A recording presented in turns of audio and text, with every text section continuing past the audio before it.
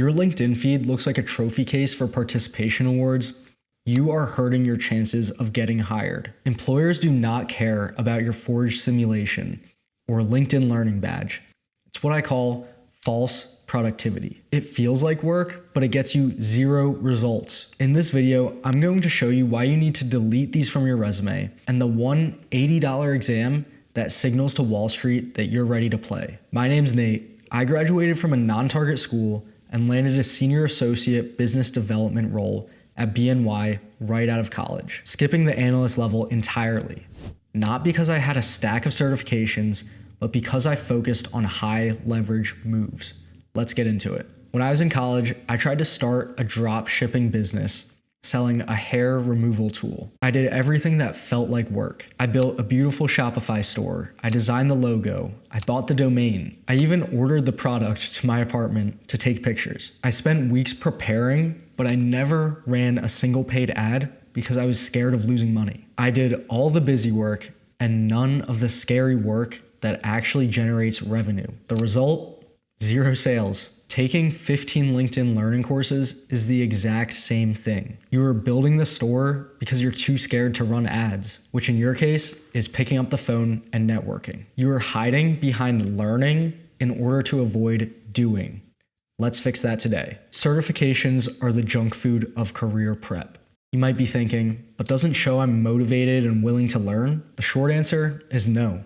It shows you don't know what the job is actually like. When a VP sees Intro to Investment Banking from Coursera on your resume, they think, this kid thinks watching videos is work. Real finance is high stakes and interpersonal. Plus, when's the last time anybody's even ever asked you about your LinkedIn Learning certificate in a real interview? The hard truth is, you're doing this because it's safe. You can't get rejected from a Coursera course, but you can get rejected from a cold email. You're choosing safety over progress. So the first tactic here is to conduct a resume purge. Go to your resume right now. If the certification isn't recognized by FINRA, the CFA Institute, or any large accredited institution, delete it. Use that white space for a project or an interest that makes you human. Aside from the exam that I mentioned earlier, and we'll talk about later, I think the only other certificate worth keeping on your resume is Bloomberg Market Concepts, or the BMC. This should hit a keyword for having Bloomberg in your resume, and it shows that you've done some training to use this complex tool that is a Bloomberg terminal. If the job you're targeting uses them. But I'd throw the BMC and any other technical programs like SQL, Tableau, Power BI, Excel, Word, PowerPoint, all under your skills section. If you're wondering what should be on your resume now that we've deleted all the fluff, I have a free resume template in the description below that focuses on results over certifications. Check it out. Now, I'm not saying that you shouldn't learn.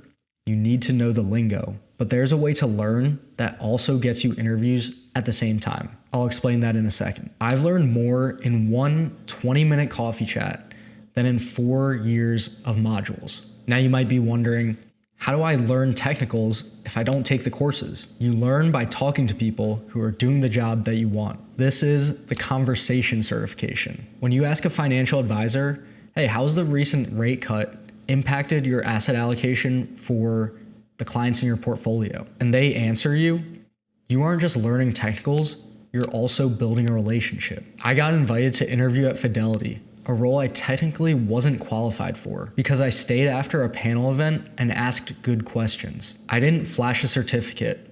I demonstrated curiosity, and that conversation led to an email, which led to an interview. So the tactic here is going to be a double dip learning method. Instead of watching videos on bond yields, find an analyst on LinkedIn and ask, I'm trying to understand how the inverted yield curve affects your fixed income portfolio. Can I ask you 2 questions about it? You get the knowledge and the connection. This is the only certification that matters for an underdog. You might be wondering, I thought I needed a firm to sponsor me for these licenses. For the Series 7 and 63, yes, but not for the SIE, which stands for Securities Industry Essentials. You can take it unsponsored, it costs $80, and it lasts for 4 years. Why does this win? If you're a non-target student or a healthcare administration major pivoting to finance, like one of the students in our program, this is your golden ticket.